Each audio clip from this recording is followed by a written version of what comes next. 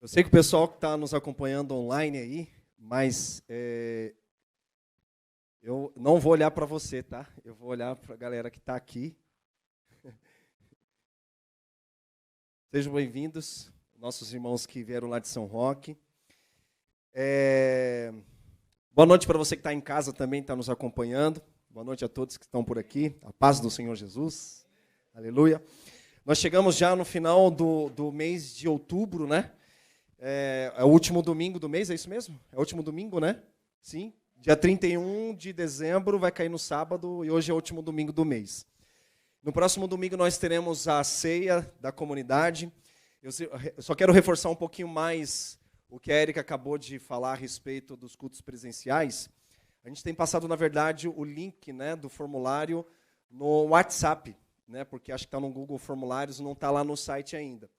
Mas eu queria encorajar os irmãos também. É que a gente não tem divulgado nas redes sociais para dar preferência primeiro para as pessoas da comunidade para participarem. A gente tem feito um sorteio, né, justamente para ter uma rotatividade. Tem muitos irmãos que já vieram, tem muitos que estão aguardando, né, com grande expectativa serem sorteados, né? Na verdade, não é sorte, é Deus, né? Você está aqui não porque foi sorte, né? Porque você foi sorteado, porque Deus quis que você estivesse aqui. Mas, irmãos, a gente tem feito dessa forma justamente para ter a rotatividade das pessoas. Quem foi sorteado, quem Deus escolheu para estar aqui, ó, predestinação, né? Calvinista. Quem Deus escolheu para estar aqui, né? Num domingo, não que não vai participar outras vezes, é que a gente vai dar oportunidade para outras pessoas até que tenha essa rotatividade. E aí logo depois a gente vai começar a divulgar nas internets da vida, nas redes sociais, para que outras pessoas também possam participar. Bom, a gente tem feito e terminamos domingo passado uma série onde nós falamos sobre o Evangelho. O nome dessa série era O Evangelho que Transforma. E foram domingos assim incríveis de aprendizado e também de resposta ao Evangelho, né? A transformação, tenho compartilhado com os irmãos alguns testemunhos que temos recebido por conta do entendimento da mensagem do Evangelho, que é o Evangelho da graça que restaura a nossa condição. O Evangelho do Reino restaura a nossa posição como reis e governantes, não numa questão de superioridade. Agora esse cara fala assim, não, agora eu sou rei, agora eu vou reinar, agora eu vou governar, vou mandar... Não, não é.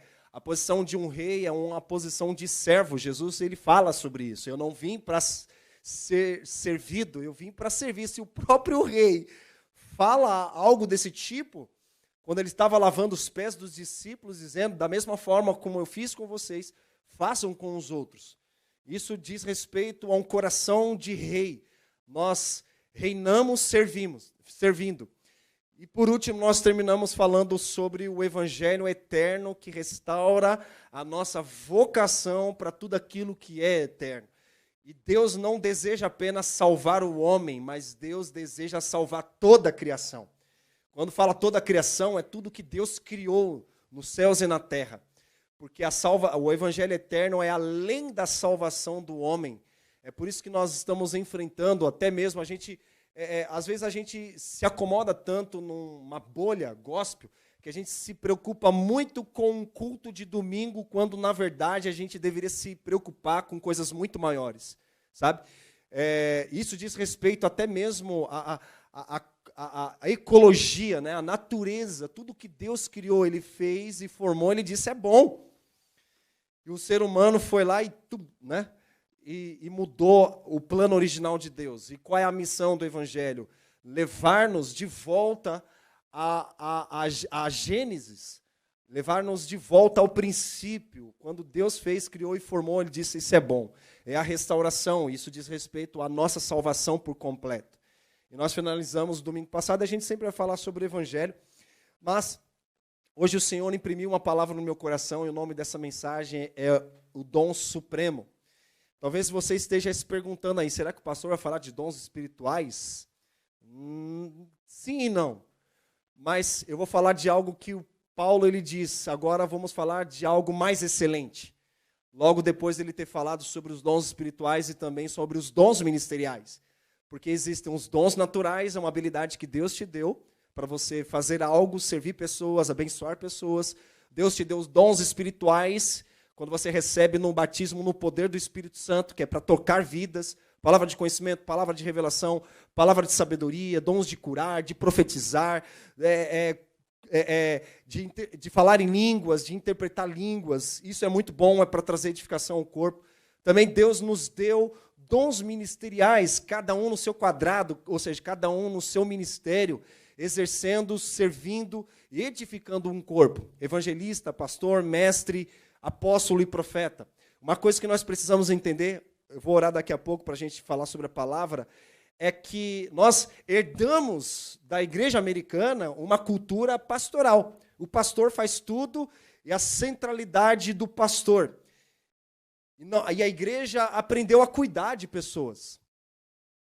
Mas Deus não deseja que uma igreja apenas cuide de pessoas, mas que ela desperte pessoas, que ensine pessoas, evangelize pessoas, que fundamente pessoas, que enviem pessoas.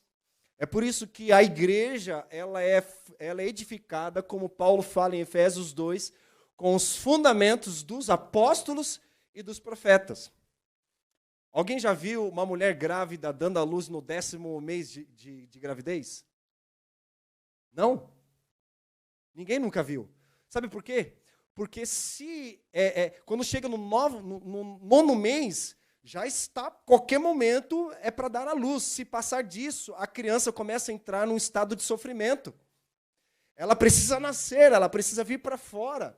Ela precisa ser enviada. Então, a igreja ela precisa ter essa cultura de cuidar, de evangelizar, de ensinar, de alinhar, que é a característica muito dos profetas, mas de envio também. De envio. Alguém já comeu pipoca? Colocou milho na panela, naquele dia que você está na tua casa, vão assistir um filme com a família, e aí a sua mãe coloca ali, eu lembro muito disso, minha mãe, a gente faz muito aqui em casa, né? Pega os milho, coloca lá na panela com o óleo fervendo, começa a estourar e ali e tal. Aí quando você coloca na bandeja, você percebe que tinha muitos milhos que não estouraram.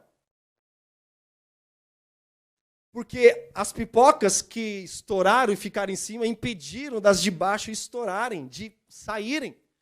Então, a igreja ela precisa ter essa cultura apostólica também, de enviar pessoas para que o reino de Deus se expanda, porque senão a gente vai ficar tudo dentro de um lugar apenas cuidando, ensinando, vivendo numa zona de conforto. Mas não é vontade do Senhor. Ele nos deu duas frentes na grande comissão: pregar o evangelho e fazer discípulos. E por isso que nós fizemos essa série falando do evangelho que transforma, para entendermos e sairmos de uma zona de conforto, de uma superficialidade, para ir para um ambiente mais profundo, para de fato nós sermos efetivos na pregação do evangelho e também fazer discípulos. E fazer discípulos vai custar. Vai custar o nosso tempo, vai custar o nosso dom, vai custar financeiro também, porque amar custa. Amar custa. E custa quanto, pastor? Custa tudo. A gente não está falando de valores monetários apenas. Nós estamos falando de uma realidade que é uma característica de um discípulo, a vida de um discípulo. E a vida de um discípulo, ela é o combustível da vida de um discípulo, é o que nós vamos falar hoje. Amém, queridos? Feche os teus olhos, você que está em casa também, feche os teus olhos, já separa a sua Bíblia, o seu caderno, para você anotar o que Deus vai ministrar no nosso coração. Obrigado, Senhor Jesus, por essa noite. Obrigado, Senhor, por esse tempo tão precioso que tem separado para todos nós que estamos aqui presentes, aos irmãos que estão nos acompanhando também através da transmissão.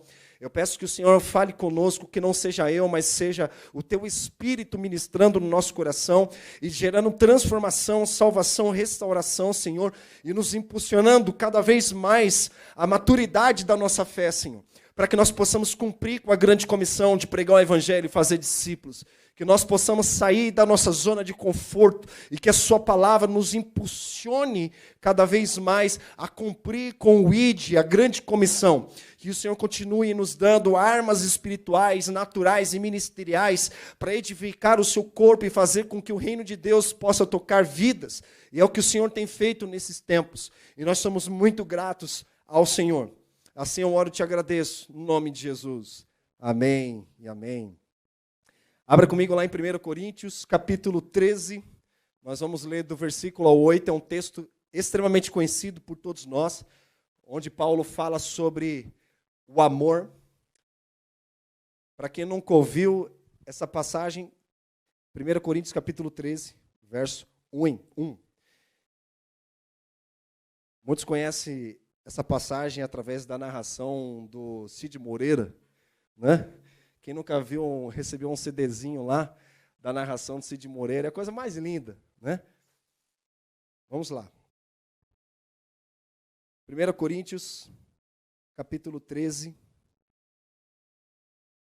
verso 1. Diz assim: ainda que eu falasse a língua dos homens e dos anjos, se não tivesse amor, seria como metal que soa ou como um sino que tine. Ainda que eu tivesse o dom de profecia e conhecesse todos os mistérios e todo o conhecimento, e ainda que eu tivesse toda a fé de maneira tal que transportasse os montes, se não tivesse amor, nada seria. E ainda que distribuísse toda a minha fortuna para o sustento dos pobres e que entregasse o meu corpo para ser queimado, se não tivesse amor, nada disso me aproveitaria. O amor é paciente, é benigno. O amor não inveja, não se vangloria, não se ensoberbece, não se porta inconvenientemente, não busca os seus próprios interesses, não se irrita, não suspeita mal. O amor não se alegra com a injustiça, mas se regozija com a verdade.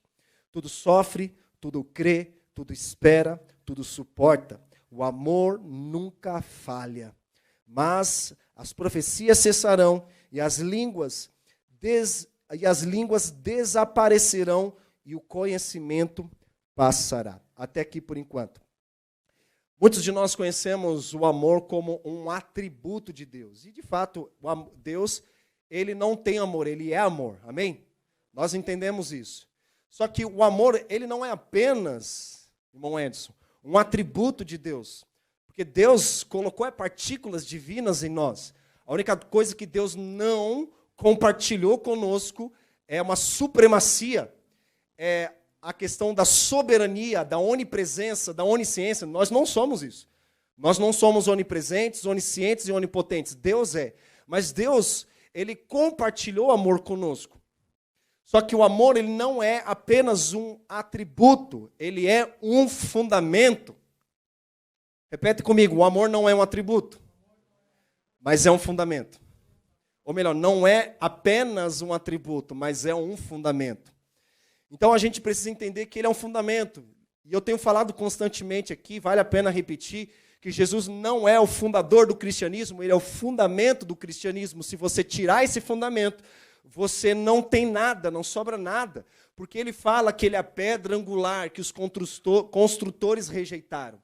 E se nós não tivermos esse fundamento, e aqui no caso, esse fundamento, ele encarna em Jesus.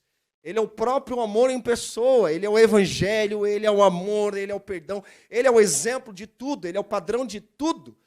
É o padrão de liderança. Se nós queremos aprender a liderar, olha para a vida de Jesus. Se nós queremos aprender a perdoar, olha para a vida de Jesus. Se nós queremos aprender a amar, nós precisamos olhar para Jesus. E Jesus ensinou, desde quando ele veio até hoje, ele está nos ensinando o que é o amor, por que amar, como amar, para quem você tem que amar. Ele nos ensinou sobre isso.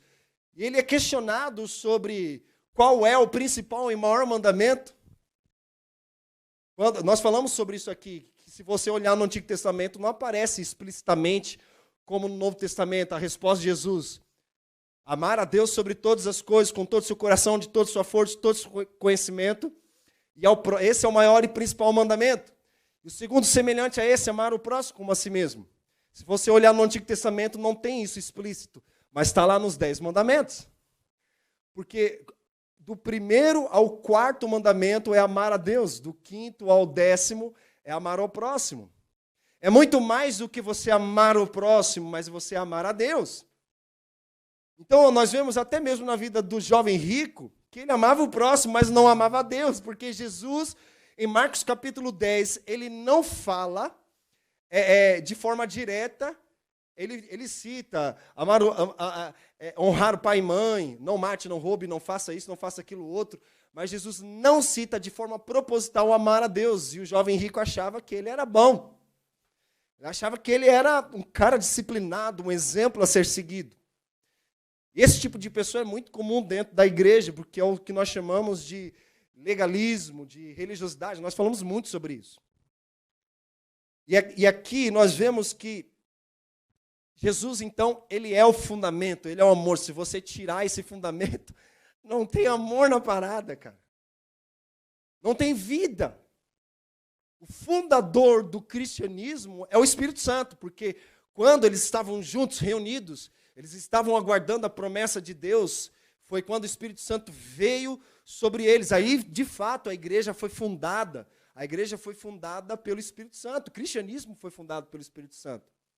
Mas se nós tirarmos o fundamento, não sobra nada. E por que eu dei o nome dessa mensagem de dom supremo? Por que dom supremo? Porque Jesus está acima de qualquer dom natural, espiritual e ministerial. Ele está acima da fé, ele está acima da esperança. Olha que interessante que quando nós terminamos de ler essa passagem, ele fala o seguinte lá no versículo 13: agora permaneçam estes três, a fé, esperança e o amor. E o maior deles é o amor, ou seja, o amor é maior do que a fé, é maior do que a esperança. Amém? Até aqui, gente? E se nós vemos aqui, por exemplo,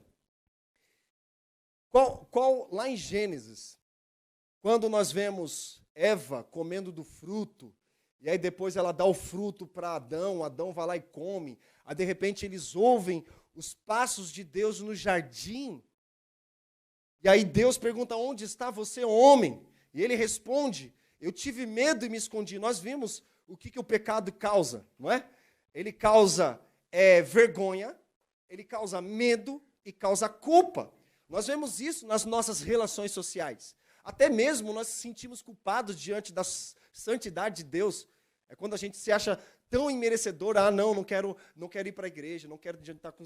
Que aí ele se faz, que aí entra numa espécie de inferioridade. De fato, nós não somos merecedores, mas isso não nos coloca numa posição de vitimismo, ficar lambendo feridas, né, do passado, coisas que aconteceram conosco, e nós não permitimos com que o Evangelho ele transforme até as áreas mais dificultosas e mais nebulosas da nossa vida. Nós temos testemunhos aqui incríveis do que Deus fez conosco. Nós não vivemos com aquela mentalidade de quem nós éramos, nós vivemos com a mentalidade de Cristo, de quem nós somos nele hoje. Então, quando nós lemos e vemos lá em Gênesis, e aí Deus foi tirar satisfação com Adão: onde está você, homem? Tive medo e me escondi. Mas quem falou para você comer desse fruto? O que ele fez? A mulher que tu me deste. Ou seja, o que o pecado fez? O pecado veio para destruir o amor de Deus. Porque nós vemos que a Bíblia, o Evangelho, é uma carta, é a maior expressão de amor que existe na face da terra, de que Deus amou o seu Filho e o deu para ser crucificado. Porque Deus amou o mundo, né? Não foi só o Filho, mas Deus amou o mundo de tal maneira. Que tal maneira? É uma tal maneira que é imensurável. Não tem como medir. É como Deus fala para Abraão: conta as estrelas, se você pode contar. Lógico que não dá. Conta os grãos, como é que é? Conta os grãos de areia, se você consegue contar. Não tem como, cara, é impossível. Se você, por mais, não, eu vou tirar, eu vou contar, você vai passar a sua vida inteira. Você não vai conseguir. É incontável, imensurável. Então, o pecado, ele veio para destruir o amor. Repete comigo: o pecado veio para destruir o amor. E nós vemos isso, a primeira atitude do homem foi o quê? Acusar a mulher. Porque ele veio para destruir o amor que tinha da relação de Deus com o homem. A questão do ser humano. Deus ama o ser humano e Deus ama nós sermos humanos mesmo. Existe, claro, algo divino dentro de nós, que é a herança, o penhor, que é o Espírito Santo. Você sabe o que é penhor? Alguém já assistiu aqueles documentários que tem a National Geographic, que mostra lá os caras caçadores de relíquia? Alguém já viu? É incrível. Mas caçadores de relíquia é um outro lado, né? Que os caras avaliam alguma peça histórica. Quanto mais histórica, quanto mais antigo for, mais valor tem. Mas diferente, o penhor é o seguinte: você está precisando de algo, você deixa um objeto valioso que você tem como garantia, para que quando você tiver condições de pagar, você volta lá e pega, resgata o seu penhor que você deixou lá. O que Deus fez? Deus deu, quando a gente termina esse texto aqui, ele fala também sobre isso. Que Deus deu o Espírito Santo como penhor, ou seja, é provisório. E extremamente importante, é algo extremamente valioso na nossa vida, que é a presença do Espírito Santo, é o penhor, porque existe um bem, vamos colocar assim, mais valioso ainda, que é quando o tempo se completará na volta de Jesus. Ou seja, o Espírito Santo fica até que eu volte. Vocês estão conseguindo entender? Que deixou o penhor como garantia o Espírito Santo, dizendo, olha, eu vou voltar. E quando eu voltar, tudo será completamente transformado. Mas vamos lá, o pecado, então, ele veio para destruir o amor, e a primeira atitude foi, claro, de fato, acusar a mulher. Depois, nós vemos também outra consequência do pecado, que foi Caim matando Abel. Você percebe que a ausência do amor que ela causa? É por isso que é o dom supremo porque Paulo, quando ele está escrevendo para a igreja de Coríntios, ele começa falando sobre os dons espirituais, cara, coisa mais linda, né? O Espírito deu a cada um o dom de sabedoria, o dom de conhecimento, o dom de palavra de profecia, dons de cura. Aí depois ele começa a falar sobre os dons ministeriais, que ele começa a usar o corpo humano como uma analogia para falar sobre os ministérios, cada um exercendo uma função dentro do corpo. E aí ele fala assim, ok, beleza, isso é tudo muito bom. Versículo 31, capítulo 12, ele fala assim, portanto, procurai com zelo os melhores dons, e agora eu vos mostrarei o caminho mais excelente. Ele está dizendo, isso é muito bom, dom espiritual é legal, dom ministerial é máximo, edifica o corpo, é bom porque quando você entende o que você foi chamado para fazer, porque é uma consequência daquilo quem você é, você não é aquilo que você faz. Né? Tem gente que confunde, não, eu tenho que fazer algo para as pessoas me valorizarem, para que elas encontrem sentido na minha vida, eu faço algo excelente, faço algo incrível, então ela sempre está fazendo algo para mostrar, é uma performance. Vou mostrar para as pessoas que eu sei orar, vou mostrar para as pessoas que eu sei pregar, eu preciso mostrar, Jesus não precisou provar nada para ninguém de quem ele era. Então, o que nós fazemos é reflexo de quem nós somos. E aí Paulo fala assim, isso aqui é muito bom, é maravilhoso, só que eu vou mostrar um caminho mais excelente. E esse caminho mais excelente é o amor, por isso que eu dei o nome de dom supremo. É acima de todas as coisas. Aí quando ele fala sobre isso, sobre o dom, ele vai descrevendo sobre o amor, ele volta a falar sobre o dom de profecia, tanto que lá no versículo 1 do capítulo 14, ele fala, segue o amor. Mas ele não está excluindo os dons espirituais. E procurai com zelo os dons espirituais, mas principalmente o de profetizar. Sabe, a igreja dos últimos dias é uma igreja profética. É uma igreja movida por profecias, uma igreja movida pelo sobrenatural. Sim, precisamos da palavra, mas também, se não tiver o sobrenatural, acaba se tornando um legalismo. É como se fosse, por exemplo, a gente acreditasse que Jesus multiplicou os pães e os peixes, cortando em pedacinhos e dando para todo mundo. Não, houve algo sobrenatural ali, cara, inexplicável. O que é sobrenatural? Algo inexplicável por leis naturais. Não tem como explicar, é sobrenatural, é acima do natural. E o amor, ele é tudo. Ele é dom, ele é um fruto do Espírito, ele é algo sobrenatural. E outra, você não tem como gerar amor, assim como a fé. Você fala assim, não, eu tenho fé, mas até a fé que você tem não é tua, é de Deus. Por isso que fala, é dom, não é dom de homens, mas é dom de Deus. Até a fé que a gente tem aqui, que também é provisória, por isso que ele fala, permaneçam os três, fé, esperança e o amor, e acima de todos é o amor, porque a fé, ela é provisória, nós só temos enquanto nós estivermos vivos aqui.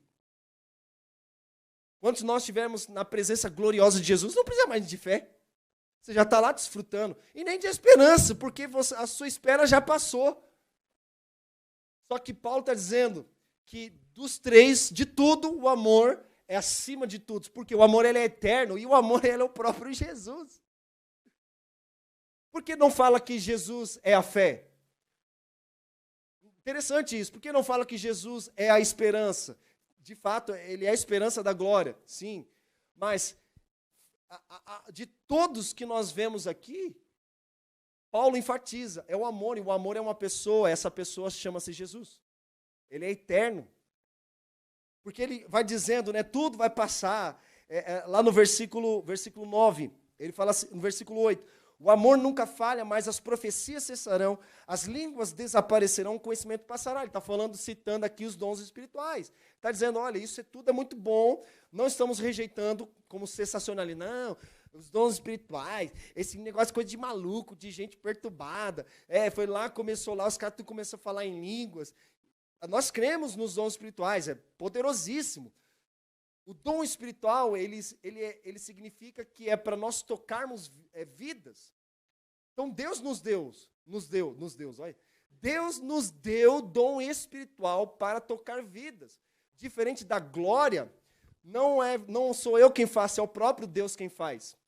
Quando nós estamos na presença de Deus, num ambiente de glória, não é mais um homem quem faz, é o próprio Deus, dizendo, não precisa tocar não, porque agora o trabalho eu que faço.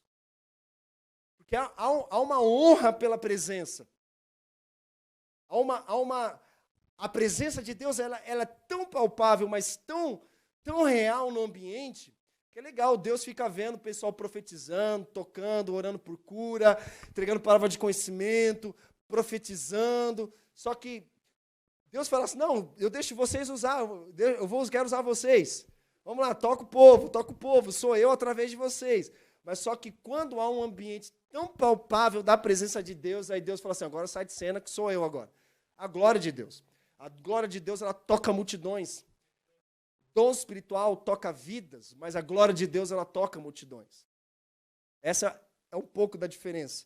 Por isso que Paulo está enfatizando que até mesmo quando você for profetizar para alguém, se não tiver amor, não serviu para nada. Você pode até ser usado por Deus, mas não aprovado por Deus. Sempre quando nós formos orar por alguém, entregarmos uma palavra para alguém, pregarmos, tocarmos, se não tiver amor, não serve para nada. Porque quando nós vemos aqui, nessa parte de Gênesis, que se não tiver amor, não serve para nada. Se tirar o amor, entra a competição, entra a religiosidade, a soberba, o interesse próprio, a amargura, a raiva, a desculpa esfarrapada que a gente sempre dá. Porque ele fala sobre isso, sobre a questão do amor, o que o amor é e o que o amor não é.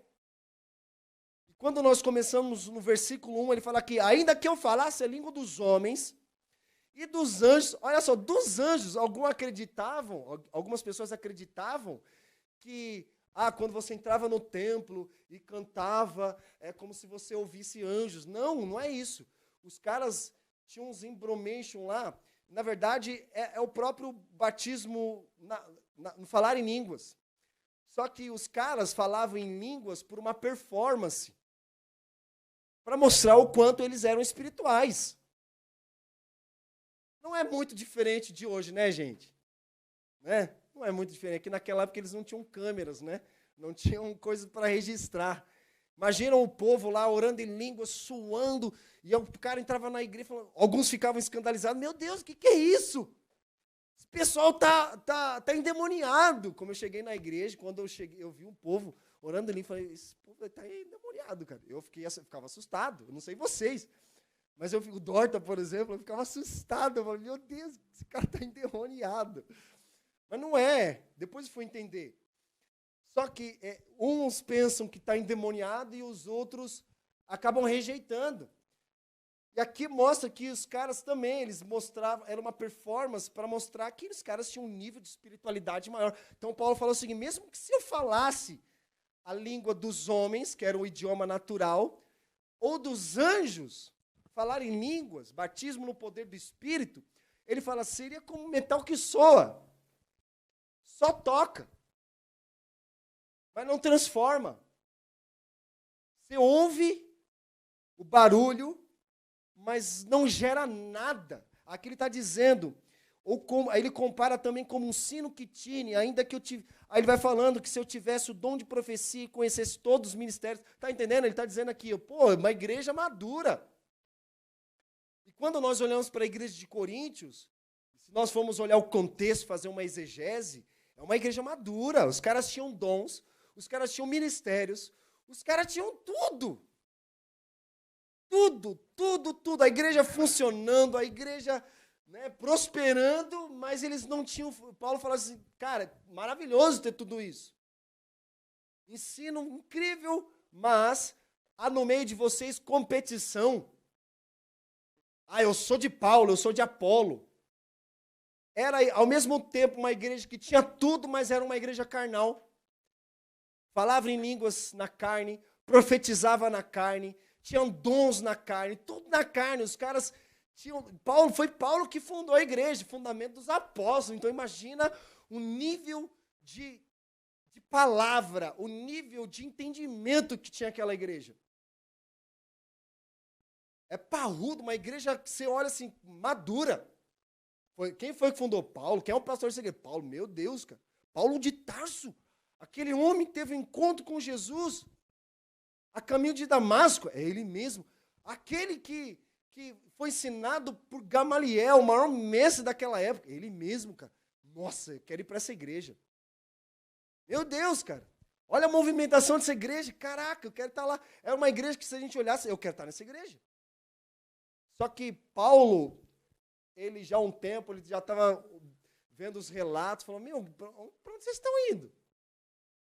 É igual a igreja de Gálatas, né? É um pouco parecido. A igreja de Gálatas, eles começam no espírito e terminam na carne. Aí Paulo falou, vocês estão malucos? Eu fundei essa igreja, eu coloquei fundamento nessa igreja, só que vocês estão levando para um outro lugar, começaram no espírito, estão terminando na carne. Meus queridos, o tipo de pessoa que Deus está procurando nesse tempo é um tipo de gente que começa no espírito e termina no espírito. Vocês estão entendendo? É uma igreja madura, que elas andem no Espírito, que elas vivam no Espírito. Que elas, quando fala Espírito, fala Espírito Santo, que gera esse amor dentro de nós. E como que nós podemos obter esse amor? Não é comprando. É lugar secreto, é relacionamento com Deus, é vida de oração, é vida de consagração, de santidade. Não tem por onde, não tem caminho, não tem um outro caminho. Como que nós somos abastecidos? Através de um relacionamento. Se nós queremos, de fato, aprender a amar, nós precisamos olhar para a vida de Jesus. Todos nós. Então, quando nós olhamos aqui, nós vemos que Paulo está enfatizando, se você tirar o amor, vai dar abertura para ódio, raiva, contenda, brigas, competições e uma série de outras coisas, como Paulo também fala em Gálatas, capítulo 5, versículo 22, o fruto da carne. E aí ele contrasta com o fruto do Espírito. O fruto do Espírito é amor, é a raiz. Ele começa dizendo, o fruto do Espírito poderia ter falado domínio próprio. Ele poderia ter começado assim, o fruto do Espírito é a fé. O fruto do Espírito é a fidelidade. Ele começa dizendo, o fruto do Espírito é amor. Porque o amor é a raiz de tudo aquilo que nós nos movemos e vivemos e somos. Se tirar o amor, vai dar espaço para o pecado, vai dar espaço para essas competições. Sabe, a gente deveria alcançar lugares maiores, cara. Falar de coisas que geram mais influência. Eu estava ouvindo uma mensagem do pastor Luiz Emílio, ele fez uma comparação muito interessante. Todos nós aqui já jogamos dama alguma vez? Sim. Qual é a função da dama? Você comer a peça. O máximo de peças que você comer e matar, você ganha. Só que diferente do xadrez, o xadrez é uma estratégia. E qual é a função? Não é matar peão, bispo, torre e cavalo, é matar, é o rei. E quando ele fala de rei, ele está falando de principados e potestades. São coisas espirituais que governam uma cidade. Ou seja, é para nós alcançarmos o governo. A gente vai pegando um aqui, tira um peão aqui, tira um cavalo ali, mas o objetivo é principados e potestades. Ou seja, é para nós... por isso que Paulo fala que a nossa luta não é contra a carne nem contra sangue, mas contra principados e potestades nas regiões celestiais. Portanto, a nossa luta não é contra a carne, contra sangue. Ele está dizendo que a nossa luta não é um jogo de dama que a gente tem que ficar matando um ao outro, destruindo um ao outro, difamando um ao outro, fofocando de um ao outro, competindo com o outro. Ele está dizendo que nosso jogo é estratégico. Na verdade, não é um jogo, né? Estou falando de uma forma mais alegórica aqui. Mas o nosso objetivo é posições de governo. Porque às vezes a gente perde tanto tempo com coisas tão tolas, inúteis, rasas, do que, na verdade, Deus nos posicionou para governarmos e reinarmos. E qual é o objetivo de Satanás? Tirar o amor. Tira o amor. O amor, o que Jesus fala em Mateus 24? Ele vai falando, descrevendo sobre a grande tribulação. Ele vai falando, por devido à multiplicação da iniquidade. O que é iniquidade? Diferente de pecado, é um nível mais hard. Pecado, quem pega aqui? Todo mundo peca. Mas o pecado não faz parte da nossa natureza. Nós pecamos não porque nós gostamos, é porque tem questões nossas que precisam ser transformadas, mas nós pecamos. O fato de você ter cometido um pecado não significa que você vai perder a tua salvação. Só demonstra uma fragilidade sua que precisa ser estancada ali. Mas a iniquidade é um tipo de pecado não confessado, é o que nós chamamos de pecado de estimação. É uma pessoa que sabe que peca, ama, gosta, tem prazer e não quer largar, porque ela sabe que isso vai custar algo para ela. É um pecado consciente, iniquidade. Devido à multiplicação da iniquidade. Imagina, cara, somar é alguma coisa, agora multiplicar é outra. 9 vezes 1 é uma coisa. Agora coloca 9 vezes 9. Quanto dá? 81. Eita, Leroy, acertei. É que eu decorei essa aqui. Brincadeira. Olha só, aumenta. Por exemplo, quando a gente leva isso para um ambiente mais de empreendedorismo, por exemplo, eu perguntei para um cara, quanto você gasta de almoço por mês? Eu gasto uns R$200. Agora multiplica por 12. Nossa, cara, eu como muito, meu. Porque ela não faz a conta. Ela não tem noção do quanto ela provavelmente pode até estar desperdiçando. Então, devido à multiplicação dos pecados, o amor de muitos, ou de quase todos, deixa lá. Ele fala uma expressão muito interessante. Aqui, ó. Mateus 24. Versículo 12. E por se multiplicar a iniquidade, o amor de quase todos. Eu fico imaginando, o que é esse quase todos? Digamos que é 95%. Ele está dizendo, é quase tudo. Falta pouco. Seria quase todo mundo. Olha que incrível isso. Não, incrível no sentido do dado de espanto. Você olha assim, quase todos. Ele está dizendo pouco. Não seria todo mundo. Por conta da multiplicação da iniquidade. O que nós estamos vendo? Estava conversando com o irmão, eu converso com o pessoal da comunidade, fala, cara, a conta não fecha. Até 2010, o último censo do IBGE, foi contabilizado em pesquisa o número de evangélicos brasileiros, Edson. Porque no IBGE eles fazem a pergunta, né, a partir do 2010. Você é cristão? Sim. Cristão, quando eles dizem, Mormon, Testemunho de Jeová, Espiritismo, é todo mundo. Todo mundo. Se é cristão, sou. É um país cristão o Brasil. Aí a segunda pergunta que eles fazem é, você é cristão de qual segmento? Evangélico, católico? Porque antigamente era católico, né? Católico não praticante. Eu tenho religião, mas não pratico ela. Aí tem a pergunta pro evangélico também. Tu acredita num negócio desse? Você é evangélico? Sim. Sou cristão? Sim. Você é católico, evangélico, mormon? Ah, eu sou evangélico.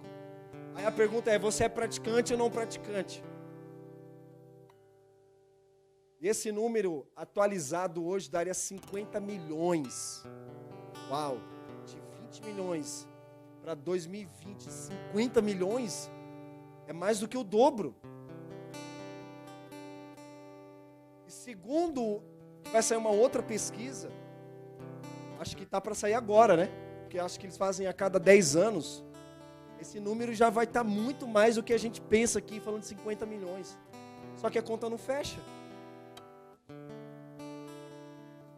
Porque, na verdade, também, uma coisa que a gente tem falado é que as pessoas, na verdade, aqueles que são espirituais ensinam que a salvação é o fim, não o começo. Faz tudo o que você tem que fazer na sua vida. Apronta bastante. Quando você estiver na última, aí você fala, pô, eu quero ir para o céu. Aí o cara pensa que ele está salvo. Na verdade, nós falamos, ele já foi salvo, só que ele não se entregou à salvação de Cristo. Porque a salvação não é o que eu faço, é o que Jesus já fez por mim. Só que eu preciso me entregar a ela. Quando nós falamos, receba Cristo. Então é algo que a conta não fecha. E aqui, irmãos, não tem o que a gente evitar. Porque isso já é uma profecia de Jesus. Olha que ponto crucial aqui. Por mais que a gente se esforce a pregar o evangelho, fazer discípulos, nem todos serão salvos. Mas eu sempre lembro da profecia que Deus deu a Isaías 60, dessas nuvens de trevas pairam sobre os céus. A gente está vivendo um tempo assim meio nebuloso, e as pessoas já não estão mais nem se aventurando a fazer planos. Cara, não sei o que vai acontecer. A gente fez planos 2019 e não sabemos quando isso vai terminar. Estou com um monte de plano presencial, mas não sei. Porque Deus quer que a gente olhe para a agenda dele, não para a nossa agenda. Tudo que eu faço precisa ser baseado na agenda de Deus, não na minha agenda. Os meus planos, cara, eu tenho muitos sonhos eu tenho muitos. Só que esses sonhos precisam estar pautados na vontade de Deus. Gosto da passagem que diz, Provérbios, capítulo 19, versículo 1, muitos são os planos no coração do homem. Não é errado você ter planos. Vírgula, ele começa dizendo, mas o propósito do Senhor é o que prevalece. Planeja, é bom planejar. Mas saiba que sempre o propósito de Deus precisa prevalecer. Então nós olhamos aqui, voltando lá no texto básico que a gente tem usado aqui, 1 Coríntios 12, você vê Paulo falando, descrevendo sobre o amor. Ele está dizendo que basicamente que se você tirar o amor, vai haver soberba, vai haver raiva, brigas, contendas, competições. Olha o que ele vai dizendo, versículo 2: ainda que eu tivesse o dom de profecia e conhecesse todos os mistérios e todo o conhecimento, e ainda que eu tivesse toda a fé, olha só, a fé, ela é o elo que conecta o natural com o sobrenatural. Sem fé é impossível agradar a Deus. Sem fé as pessoas não são salvas, sem fé as pessoas não são curadas, sem fé não tem como agradar a Deus. E tudo que eu fizer, se não tiver fé, é fruto de pecado, Deus fala. Fruto da carne. Só que ele está dizendo aqui, mesmo que se eu tivesse toda a fé, de maneira tal que transportasse os montes, ele está dizendo, se na tua fé não tiver amor, não serve para nada. É por isso o sucesso dos livros de autoajuda, que é a declaração do positivismo. Não, é só você ser um cara otimista, positivo, que você vai atrair coisas boas, você vai atrair tudo o que você deseja. Trocar a palavra fé pela declaração de positividade. Seja um cara positivo. Não pense em coisas ruins, pense em coisas boas. Só que Paulo está dizendo que na sua fé, quando você for orar por alguém, quando você estiver orando na sua casa, qualquer coisa, se não tiver amor, está dizendo, você é um cara de fé, mas não tem amor. Eu lembro de um testemunho ai meu Deus, fugiu o nome. Do Moisés. A gente foi lá para Itajaí. E aí tinha um menino que ele não falava e não ouvia. Ele só se comunicava através de libras, né? E cara, era a coisa mais incrível, porque o cara estava pregando. Enquanto eu estava pregando, tinha uma menina interpretando para ele. Era a namorada dele. Interpretando para ele entender a mensagem. Aí no final a gente abriu um tempo para orar pelas pessoas. Aí o Moisés contando, cara, eu fui orar por ele, mas Deus me impediu. Olha que parece incoerente. Não é da vontade de Deus curar a pessoa? Ele falou, eu vou orar por... A gente é impulsionado a isso, vou orar por aquela pessoa, ela vai ser curada. Só que aí o Espírito Santo parou e falou assim, não. Em algum momento você parou para amar ela antes de você orar por ela? Você nem se deu a oportunidade de amar aquela pessoa, você quis fazer por uma performance, seria muito bonito. Imagina essa pessoa ser curada ali, voltar a ouvir e falar, mas não tinha amor no que você fez. Você pode pegar, a igreja pode ser poderosa, pode ter orações respondidas por fé, mas se não tiver amor, tudo que nós fazemos, se não tiver amor, não serve para nada. Paulo está dizendo, ele vai comparando, é como palha, como metal que soa. Ele diz, versículo 3, e ainda que eu distribuísse toda a minha fortuna para o sustento dos pobres, e que entregasse o meu corpo para ser queimado, se não tiver amor, nada disso me aproveitaria.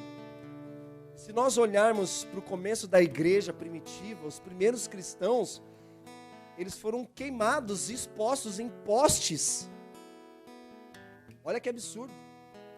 Paulo está dizendo, mesmo que se você entregasse o seu corpo para ser queimado como um mártir, se não tiver amor, cara, não serve para nada.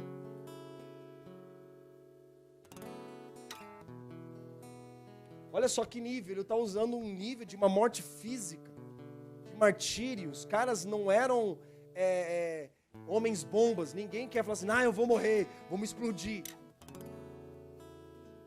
Eles eram levados involuntariamente. Jesus, ele foi levado involuntariamente, não, foi voluntariamente. Ele falou assim, esse é o amor sacrificial.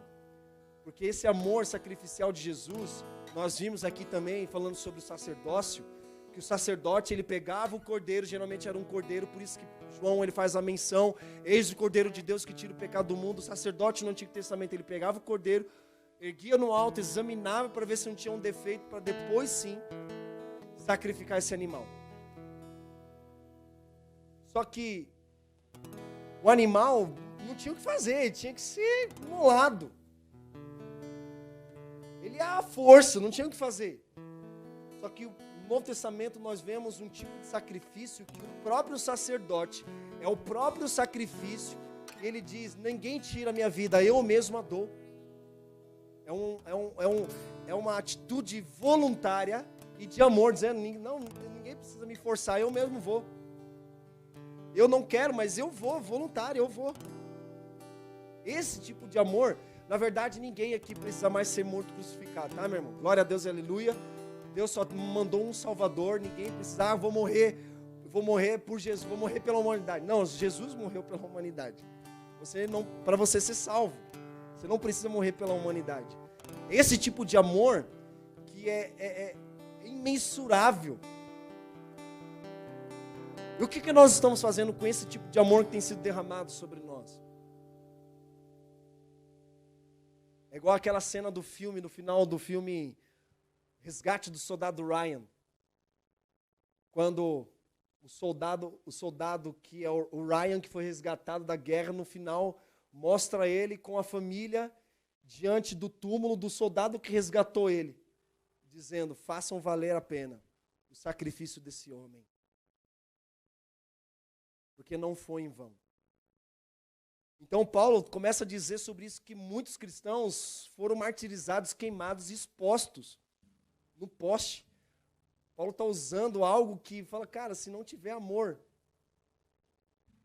não serve para nada.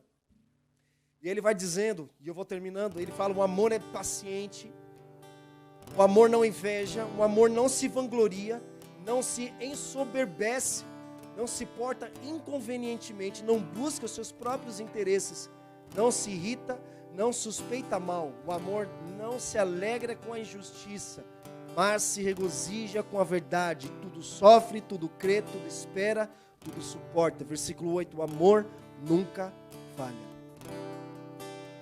Esse amor que ele está falando é o amor sacrificial, o amor de Jesus. Jesus não falhou. Ele está dizendo, o amor nunca falha.